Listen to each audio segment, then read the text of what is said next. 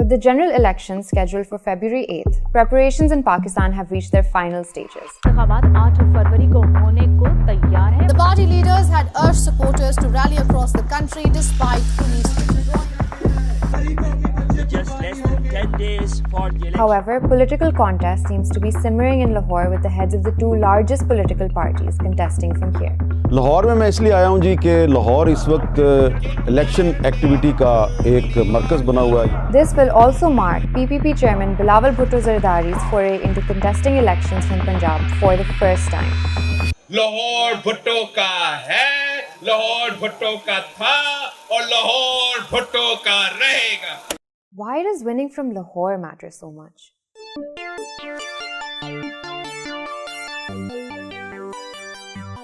Unlike what we are used to, these elections are not the usual three-party race, as there is a raft of independent candidates, many new faces, and new parties. So the question is there hope for a shift in the dynasty-dominated political landscape of Pakistan?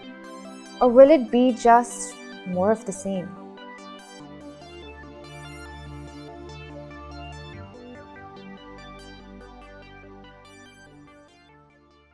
For the 12th general elections, voters are due to select a 336-member National Assembly as well as 4 provincial legislatures, which will go on to elect the next Prime Minister and Chief Ministers respectively for the next 5 years. Traditionally, Pakistani politics have been characterized by the dominance of a few established parties, often led by political dynasties.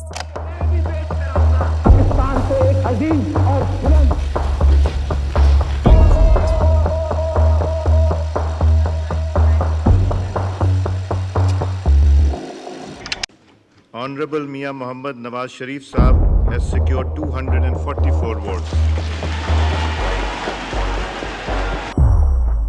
The largest parties of the 2018 elections were PTI, PMLN, and PPP. The PPP chairman, Bilawal Bhutto Zardari, has decided to challenge the Sharif family in their stronghold of Lahore, following in the footsteps of his grandfather and mother by contesting in a National Assembly seat from Lahore. In NA 127, he is up against PMLN's Ata Tarar, grandson of former President Rafiq Tarar. The PMLN Supremo Nawaz Sharif, his younger brother and former Prime Minister Shehbaz Sharif, his daughter Maryam Nawaz Sharif, and his nephew and former Chief Minister Hamza Shehbaz Sharif are all contesting from the Lahore division. However, the current political landscape is also witnessing the emergence of new faces, new parties, and independent candidates. Salman Akram Raja, an advocate of the Supreme Court of Pakistan, is contesting in NA 128 as a PTI-supported independent.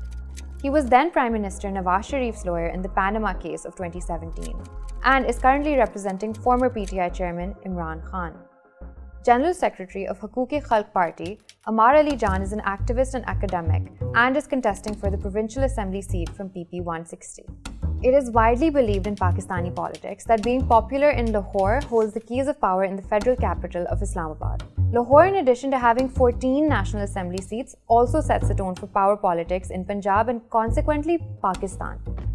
To put this into perspective, all of Balochistan elects only 16 National Assembly seats. Punjab, on the other hand, is allotted 141 out of 266 elected seats because of its greater population share. Hence, the strong perception that if you win Punjab's provincial capital Lahore, you win Pakistan.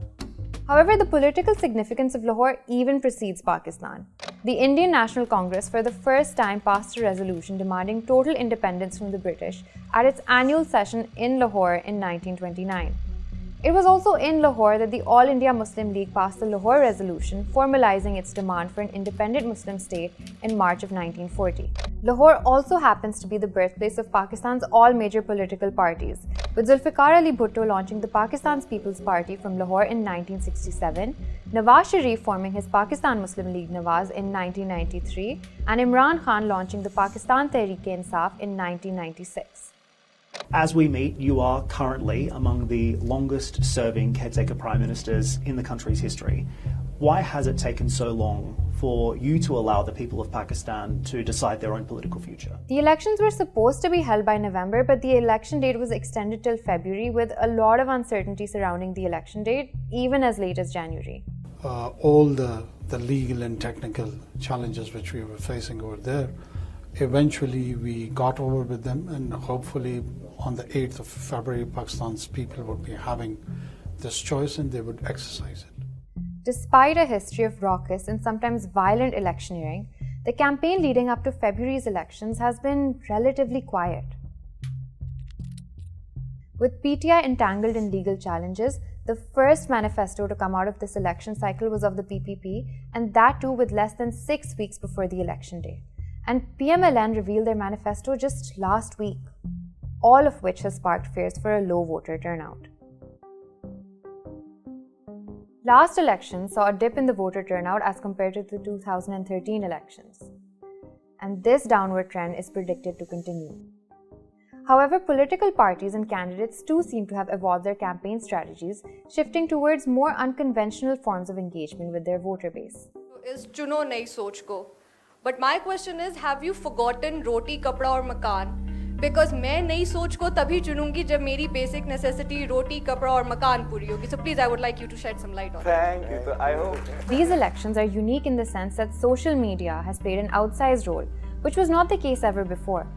Parties are holding online rallies, town halls with young voters, and have created chatbots on social media platforms for voters to know their constituency and candidate symbols.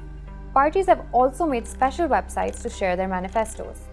In addition, political leaders have been calling for televised debates between prime ministerial candidates, something that has not been done in Pakistan before. The use of these new strategies raises some important questions.